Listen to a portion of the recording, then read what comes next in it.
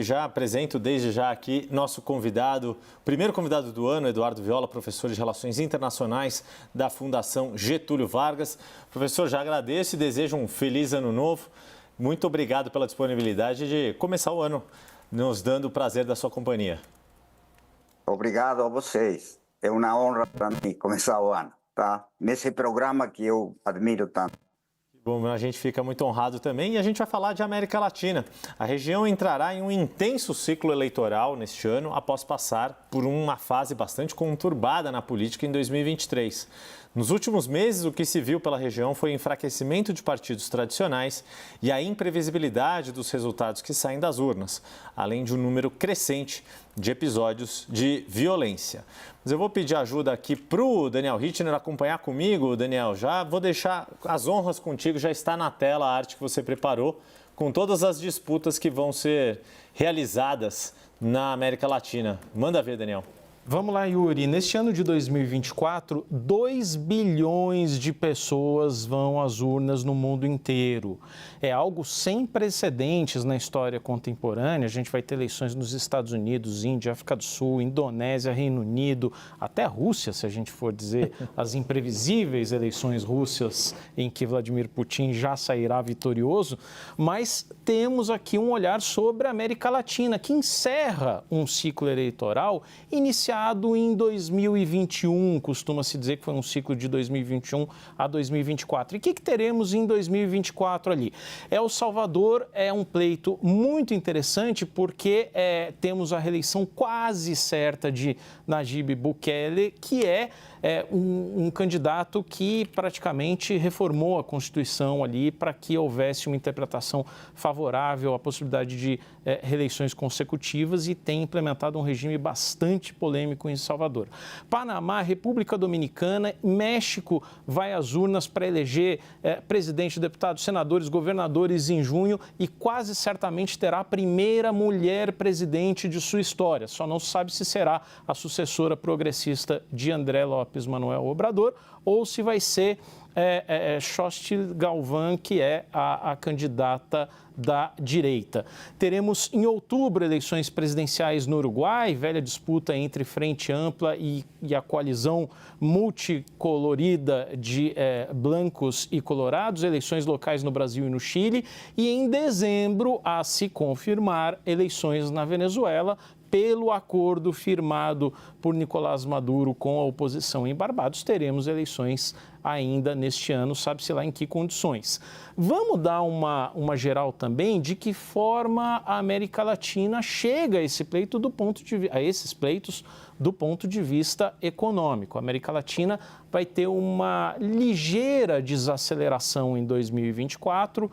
A CEPAL aponta que a economia latino-americana crescerá 1,9%, um pouquinho menos que em 2023, mas também com desinflação e taxas de juros um pouco menores. Sigo com você. Depois eu vou pedir para a Thaís Herédia mergulhar mais a fundo em alguns dos países que a gente tem dados de economia, mas queria dar a palavra, na verdade, para o professor Eduardo Viola para pedir dos destaques dessas eleições regionais, professor. Certamente toda uma expectativa em torno da Venezuela, em que condições vão ser disputadas essas eleições, mas acho que o Daniel Hittner também nos trouxe ali um panorama interessante de México, Uruguai. Deixa ao seu critério, professor, por onde quiser trazer os seus apontamentos aqui para a região da América Latina. Perfeito, Yuri. Bom, então, primeiro uma coisa que quero ressaltar é que a eleição mais importante para a América Latina é a eleição nos Estados Unidos, em novembro. Sem dúvida. E mais importante para o mundo também. É de uma importância decisiva, porque está em jogo a democracia americana e, portanto, a democracia no mundo ocidental, pelo impacto que tem Estados Unidos. Tem outras duas eleições muito importantes que não são na América Latina, que são na Índia, tá? Donde provavelmente Modi será reeleito e com esse processo ele pode avançar no caminho autocrático que já empreendeu faz 4 anos. E por último temos a primeira eleição do ano em Taiwan, em 13 de janeiro, que é decisiva também do ponto de vista de se há uma vitória do Partido Democrático ou não é o partido do Kuomintang, que são posições muito diferentes frente à China e Ocidente. Bom, então, qual é a eleição específica mais importante da América Latina pelas características do país? É no México, claramente. Só que eu diria uma coisa, eu não vejo a candidata do Morena como uma candidata progressista, tá certo? Eu acho que é uma candidata populista de esquerda, tá? AMLO avançou no autoritarismo. Tem cientistas políticos mexicanos que dizem que México se transformou deixou de ser uma democracia eleitoral e passou a ser uma autocracia eleitoral. Inclusive, tem bastante interferência do Estado na liberdade acadêmica nas universidades. Tá? Bem, claro, uma coisa decisiva nova no México é a vitória, vai ser uma mulher, evidentemente. Digamos, se vejam a diferença, o quadro de México como mudou, porque é uma aliança dos 3 partidos clássicos do México dos últimos, no caso do PRI de 100 anos, mas o PAN e o PRD, tá? Isso é notável. Tá? Bom, a outra situação, outra eleição que me parece importante e muito incerta nesse sentido, porque essa importância está vinculada à incerteza, é a questão da eleição no Uruguai, tá? Em outubro, a primeira volta. Por quê?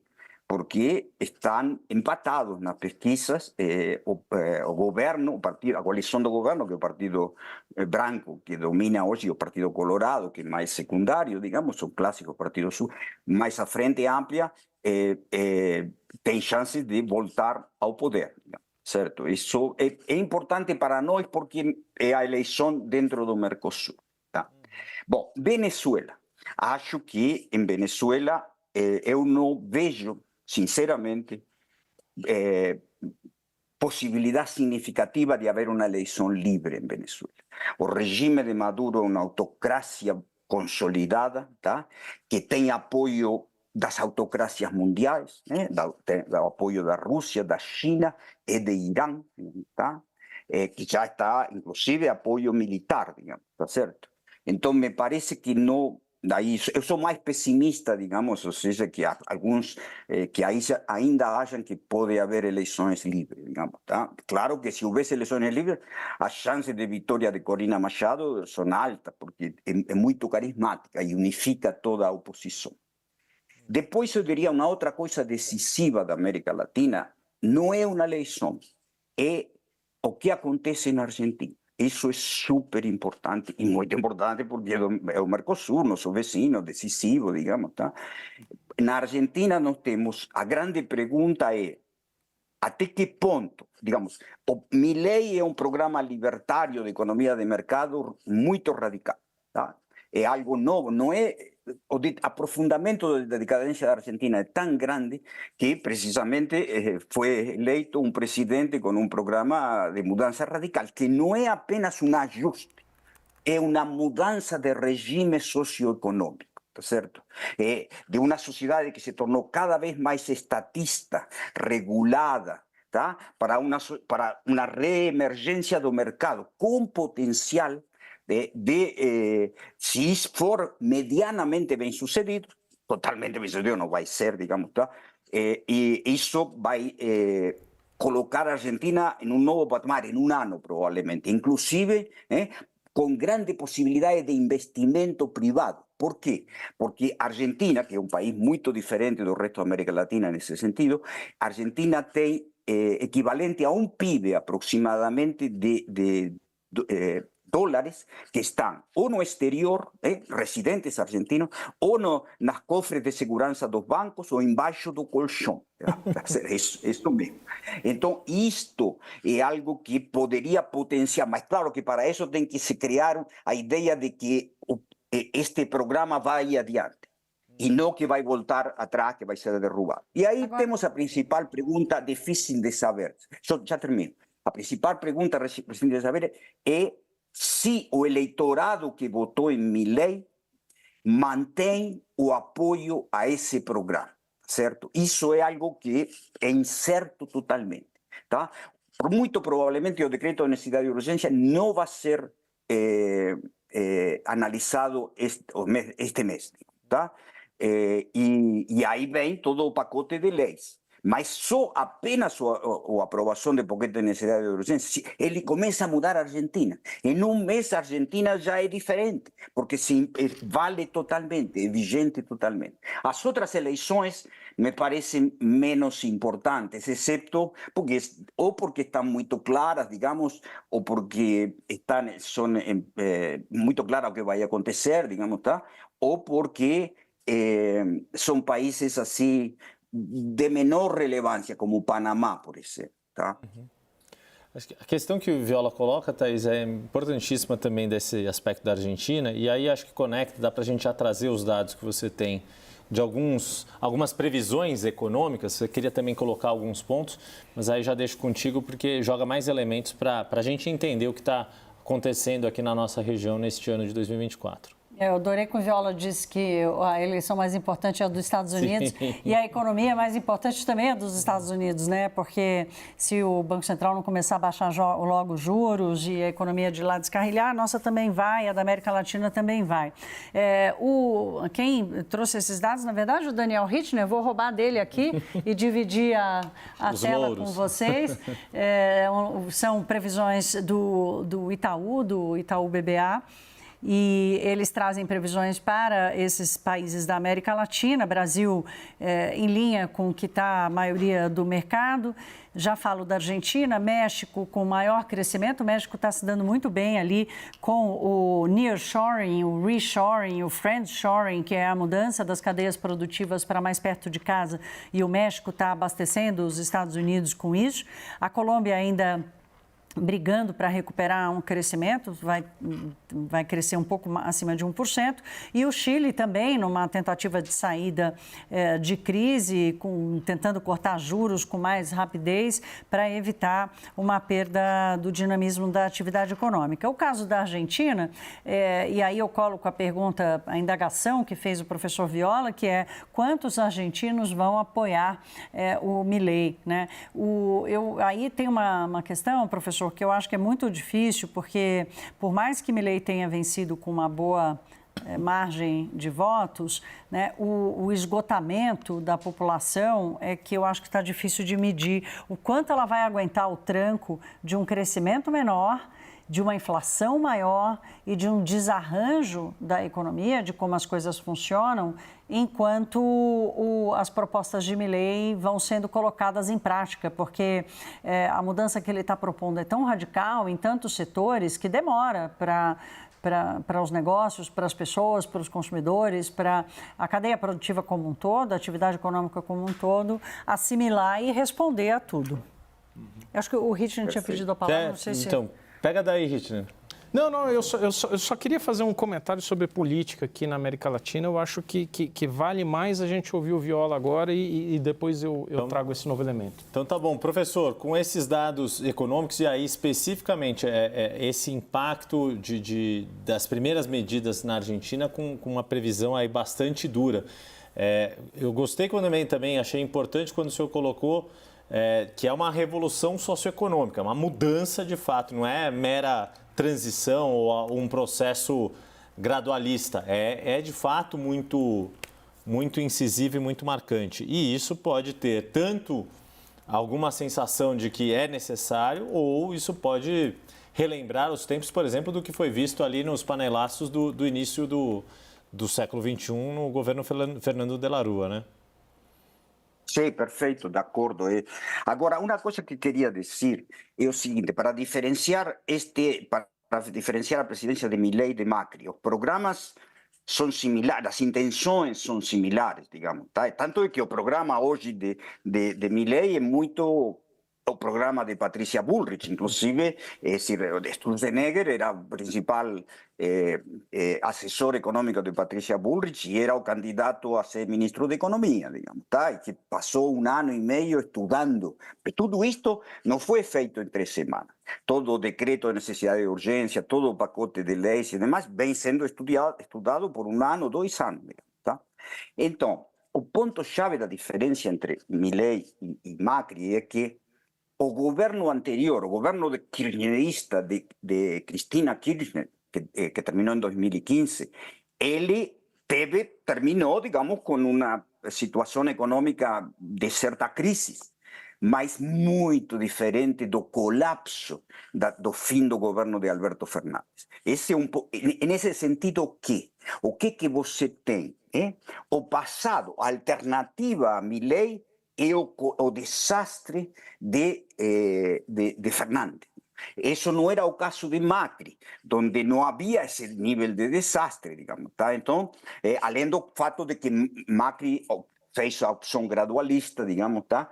E Macri não tinha tanto claro a ideia de mudar o regime socioeconômico da Argentina, como é o caso de Milei, mas agora totalmente apoiado por Patrícia Bullrich. Agora, aí vem uma coisa assim, digamos, onde a perspectiva nesse sentido, porque se não fosse por o desastre anterior, este programa fracassaria com certeza. Por causa do desastre anterior, tem chances significativas de ser bem sucedido. Não vai ser aprovado tudo, nem remotamente, digamos, tá? Mas se aprovado em grande parte, digamos, terá um impacto gigantesco sobre a Argentina e provavelmente também sobre a América Latina, incluído o Brasil. Tá?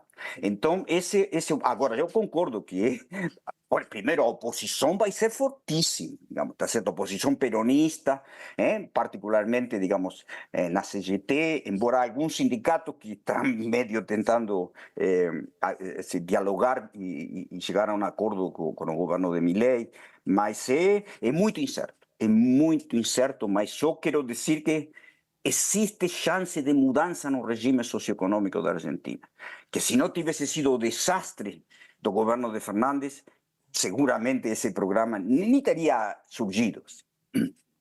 Yuri, me parece que talvez uma primeira hora da verdade ali para Javier Milei chegue em algum momento entre fevereiro, mais possivelmente março, e explico por quê. Além de o governo Milei estar numa relativa lua de mel,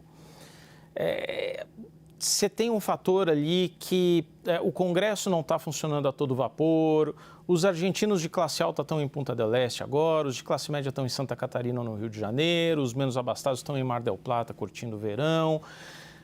Quando todo mundo voltar, estiver de volta em Buenos Aires, em Córdoba, em Rosário, e for fevereiro, março, as distribuidoras de gás sem os subsídios pediram aumentos de 500%.